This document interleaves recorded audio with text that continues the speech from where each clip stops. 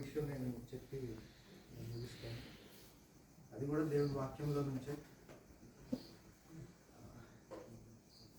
నాని మేము నాకు గుర్తు చేసినప్పుడు నాకు చాలా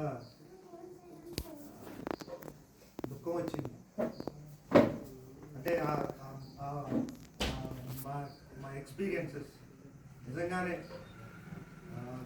క్రిస్మస్ వచ్చిందంటే మాకు అంతకు మించినటువంటి పండగ ఇంకొకటి ఉండేది కాదు. తర్వాత చిన్నమాయ బర్త్డే అంటే సమ్మర్, May 19th తాతగారి మామగారి పెళ్లి రోజు కూడా ఆ రోజు. ఆ సమయం అంటే మాకు పండగ అన్నమాట. ఇంటికి వెళ్ళాలంటే మేము దుఃఖంతోనే వెళ్ళేవాడు. మరి మరలా జ్ఞాపకం చేసుకున్నాం. వీఆర్ బ్రదర్స్ ఇన్ హౌస్, మేము సహోదరులం. అది వేరు కానీ మేమంతా మాదంతా ఒకే.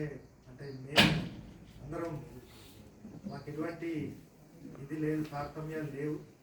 చివరి వరకు అలాగే కొనసాగాలని మేము ఆశపడతా ఉన్నాం. అంటే బ్రదర్స్మే కాదు, అంత హోల్ ఫ్యామిలీ ఎరాల్.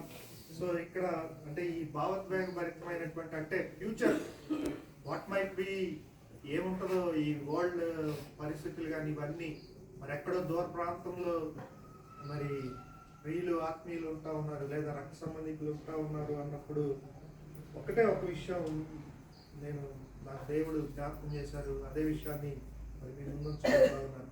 విలాప వాక్యములు 3వ అధ్యాయము 22వ వచనం 23వ వచనంని మనం చూసినట్లయితే, యెహోవా కృపగలవాడు, ఆయన వాత్సల్యత ఎడతెగక నిల్చున్నది గనుక మనము నిర్మూలము కాకున్నవారు. అనుదినము నూతనముగా ఆయనకు వాత్సల్యత పుట్టుచున్నది. నీవెంతైనా నమ్మదగిన వాడు. ఎంత అంటే దెర్ ఇస్ నో మెజర్. ఆ నమ్మకానికి మనకి ఉంది కానీ మెజర్ ఆయన నమ్మే విషయంలో దెర్ ఇస్ నో మెజర్ అన్నమాట. సో ఇదే మనల్ని బలపరిచి నడిపించేది.